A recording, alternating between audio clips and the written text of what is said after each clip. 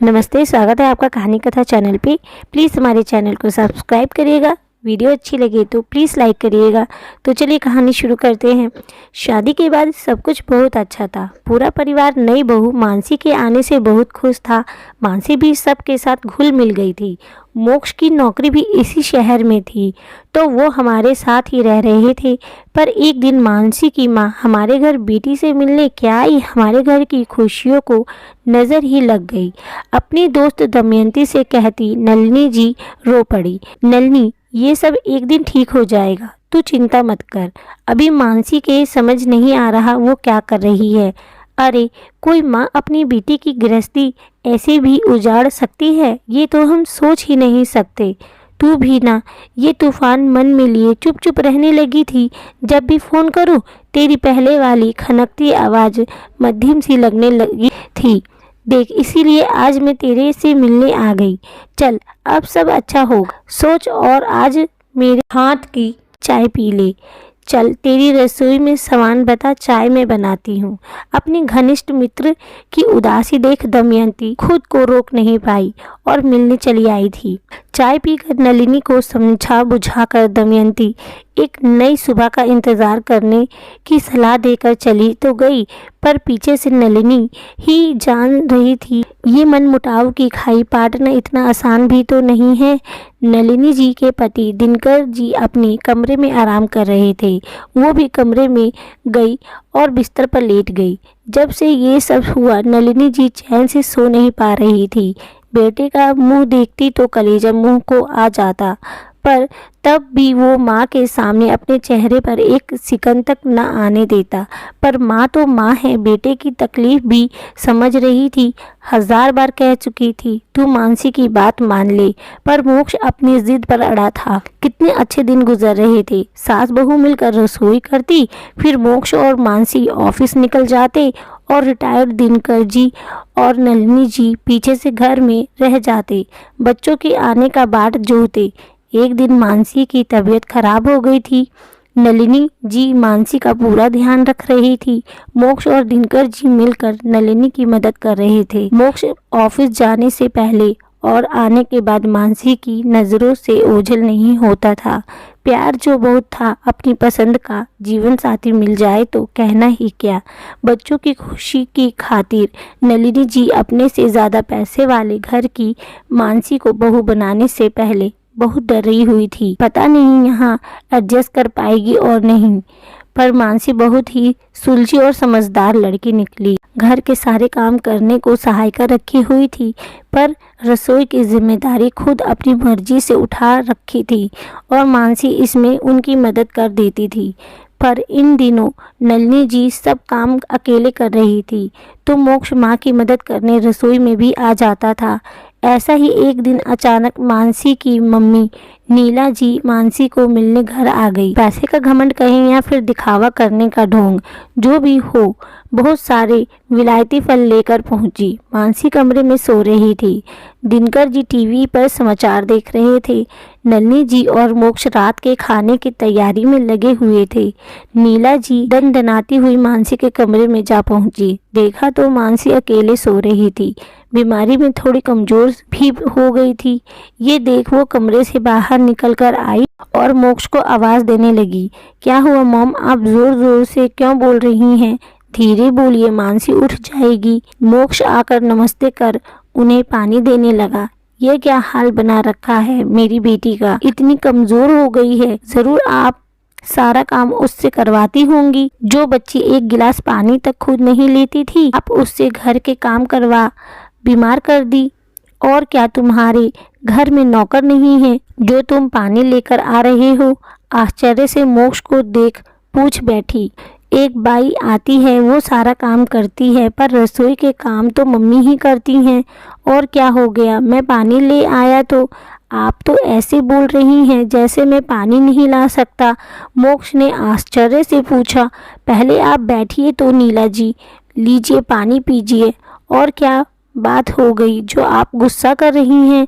नलिनी जी उन्हें बैठाते हुए प्यार से बोली। देखिए नलिनी जी, मैं अपनी बेटी से बहुत प्यार करती हूँ। मोक्ष उसकी पसंद था, मैं मना ना कर सकी, पर आपके घर आने के बाद ऐसा लग रहा है आप जब खुद सारा काम करती होगी तो ज़रूर मेरी बेटी भी करवाती होगी। आप नहीं रख सकते तो कह दीजिए, मैं ही 1-2 हेल्पर भिजवा देती हूँ। मेरी मानसी यहाँ एक काम नहीं करेगी, वो नौकरी भी अपनी मर्जी से करती है, पर घर के काम ये तो संभव नहीं है। फिर मेरी बेटी को अकेले छोड़कर मोक्ष आपके साथ रसोई में लगा हुआ था। मेरी मानसी को कुछ चाहिए होगा तो कौन है उसके पास, मैं मानसी को लेकर जा रही हूँ। बहुत गलती हो गई, आपके घर में बेटी का ब्याह कर दी। इसकी भी मति मारी गई थी। एक से एक पैसे वाले घर के रिश्ते ठुकरा कर इन नौकरों के घर में चली आई। देखिए नीला जी, ये आप हद पार कर रही हैं। अरे इतना बड़ा कौन सा काम कर दिया मोक्ष ने जो आप ऐसे बोल रही हैं। हमें रसोइये के हाथ का भोजन नहीं भाता, इसीलिए नलिनी खुद बना लेती हैं। इसमें क्या दिक्कत हो गई। रही बात आपकी बेटी की देखभाल की, नलिनी जितना किट्टू का ध्यान रखती उतना मानसी का भी रख ही रही है। फिर मोक्ष भी जब तक घर में रहता उसके पास ही रहता है। हम अपनी तरफ से पूरा ध्यान रख रहे। फिर भी आप दिनकर जी अपने गुस्से को काबू में करते हुए बोले, घर आए मेहमान का अपमान ना हो ये भी तो ध्यान रखना था। नीला जी किसी की कुछ ना सुनी और मानसी को साथ ले गई। उधर जाकर ना जाने मानसी को क्या सिखाने लगी कि एक दिन मानसी ने फ़ोन कर के मोक्ष से कहा, मोक्ष मैं उस घर में नहीं रहना चाहती, मुझे बहुत काम करना पड़ता। तुम्हारे प्यार के लिए सब कर रही थी, पर अब नहीं। तुम अगर मुझसे प्यार करते हो तो तुम यहाँ आ जाओ, हम इधर ही रहेंगे, कोई दिक्कत भी नहीं होगी। सुनकर मोक्ष का सिर घूम गया। ये वही मानसी है जो मोक्ष के घर के स्टेटस को बखूबी जानते हुए भी प्यार कर रही थी, सब जानते हुए भी शादी कर ली। फिर अब ये बचकानी हरकत। मानसी ये बात तुम पहले से जानती थी। मैं अपने मम्मी पापा को छोड़कर नहीं रह सकता, इसीलिए ऐसी जगह नौकरी कर रहा हूँ जहाँ मुझे यहीं रहने की परमिशन मिल सके। कुछ पैसे कम ही क्यों ना हाथ में आए, पर मैं अपने मम्मी पापा को छोड़कर कहीं नहीं जाऊँगा। तुम्हें यहाँ आना है तो ठीक है, नहीं तो तुम्हारी मर्जी। मोक्ष गुस्से में कह फ़ोन रख दिया। मानसी ने भी गुस्से में फ़ोन रख दिया। धीरे धीरे मानसी ने फ़ोन पर बात करना भी बंद कर दिया। वैसे भी नीला जी अपनी बेटी को अपने घर पर ही रखना चाहती थी। मानसी और मोक्ष के बीच नीला जी दीवार बनकर खड़ी हो गई हैं। अब ये दूरियां इतनी बढ़ गई कि मानसी अब यहाँ आना ही नहीं चाहती थी। ये सब देखकर नलिनी जी को बहुत तकलीफ होती थी। वो मोक्ष को समझाती थी, अगर मानसी चाहती है तो तू वहाँ रहने चला जा और ऐसे अलग अलग मत रहो बेटा। और बेटा माँ को छोड़कर कहीं जाना नहीं चाहता था। वो कहता था मानसी से मैंने सब कुछ पहले ही क्लियर कर दिया था, अब वो इस तरह की हरकत करेगी तो मैं कैसे मान लूँ। उसकी मम्मी के पास बहुत सारे नौकर चाकर हैं, पर तुम्हारे पास सिर्फ मैं हूँ और मैं तुम्हें छोड़कर नहीं जाना चाहता हूँ। ये सब सोचते सोचते ही नलिनी जी सो गई। एक दिन अचानक मानसी की एक दोस्त उससे मिलने आई। बातों बातों में उसकी दोस्त ने कहा, मेरे ससुराल वाले मुझे बहुत परेशान करते हैं, इसीलिए मैं उनसे अलग रहना चाहती हूँ। पर तुम क्यों अलग रहना चाहती हो? क्या तेरे ससुराल वाले भी तुम्हें परेशान करते हैं? मानसी ये सब सुनकर सोचने लगी, मुझे तो मोक्ष और उसके परिवार वाले कितना प्यार करते हैं, फिर मैं यहाँ क्यों चली आई, जबकि मम्मी तो हमेशा घर से बाहर रहती हैं, मेरे पास भी नहीं रहती। पूरे घर में नौकर चाकर घूमते रहते हैं, मैं तो हमेशा परिवार का साथ चाहती थी, प्यार को तरसती रही। वो प्यार मुझे मोक्ष और उसके परिवार में बखूबी मिल रहा था। मम्मी जी कितने प्यार से मुझे मेरी पसंद का खाना बनाकर खिलाती थी। ऑफिस से आने के बाद हम घंटों बातें करते हुए चाय नाश्ता बनाते थे, पर यहाँ पर तो सब कुछ नौकर लाकर रख देते हैं। मम्मी पापा से मिले हुए कितने दिन हो जाते हैं। सच में मैंने मोक्ष को छोड़कर बहुत बड़ी गलती कर दी। मानसी के दोस्त ने जब यह बात सुनी उसने कहा कि मानसी तूने बहुत बड़ी गलती कर दी। इतना अच्छा परिवार मिला, इतना प्यार करने वाला पति मिला, मम्मी पापा से ज़्यादा ध्यान रखने वाले तेरे सास ससुर हैं, फिर भी तू उन्हें छोड़कर कैसे यहाँ चली आई? सिर्फ इसलिए कि यहाँ पर तुझे बहुत आराम मिल रहा है। क्या तुझे अपने ससुराल में आराम नहीं मिल रहा था? ऐसा नहीं है कनक, मैं माँ की बातों में आकर यहाँ चली आई मुझे अपनों के पास जाना है। अब मैं कभी अपनी माँ की बातों में नहीं आऊँगी, ना अपनी माँ को अपने घर आने दूंगी। उन्होंने हमारे रिश्ते को बहुत खराब कर दिया। मुझे मोक्ष और उसके पेरेंट्स से जाकर माफ़ी मांगनी होगी, क्योंकि मोक्ष ने मुझे बहुत पहले भी कहा था कि मेरे मम्मी पापा के पास सिर्फ मैं हूँ और मैं उन्हें छोड़कर नहीं जा सकता। पर मेरी मम्मी पापा के पास और भी लोग हैं जो उनका ध्यान रख सकते हैं। मानसी कनक के जाने के बाद अपना सामान पैक करने लगी। मम्मी पापा घर से बाहर थे, उनके लिए नोट लिखी और साफ शब्दों में लिख दिया, मम्मा वो मेरा घर है और मैं वहाँ बहुत खुश हूँ। अगर आप मेरी गृहस्थी बिगाड़ना चाहती हैं तो प्लीज़ मेरे घर कभी मत आना, और जो प्यार से मिलना चाहो तो मेरे परिवार से मिलने आ जाना।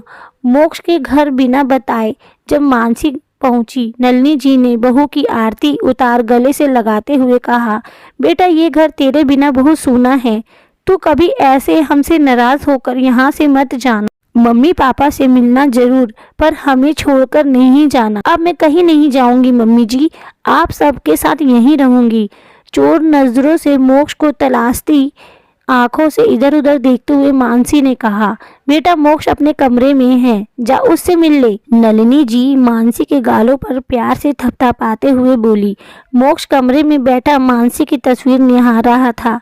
प्यार का यूं रूठ जाना उसे बहुत तकलीफ दे रहा था। तभी कानों में आवाज़ सुनाई दी, तस्वीर ही देखते रहोगे या सामने आकर मिलोगे। मानसी की आवाज़ सुन मोक्ष जल्दी से उसके पास आया और गले लगा लिया।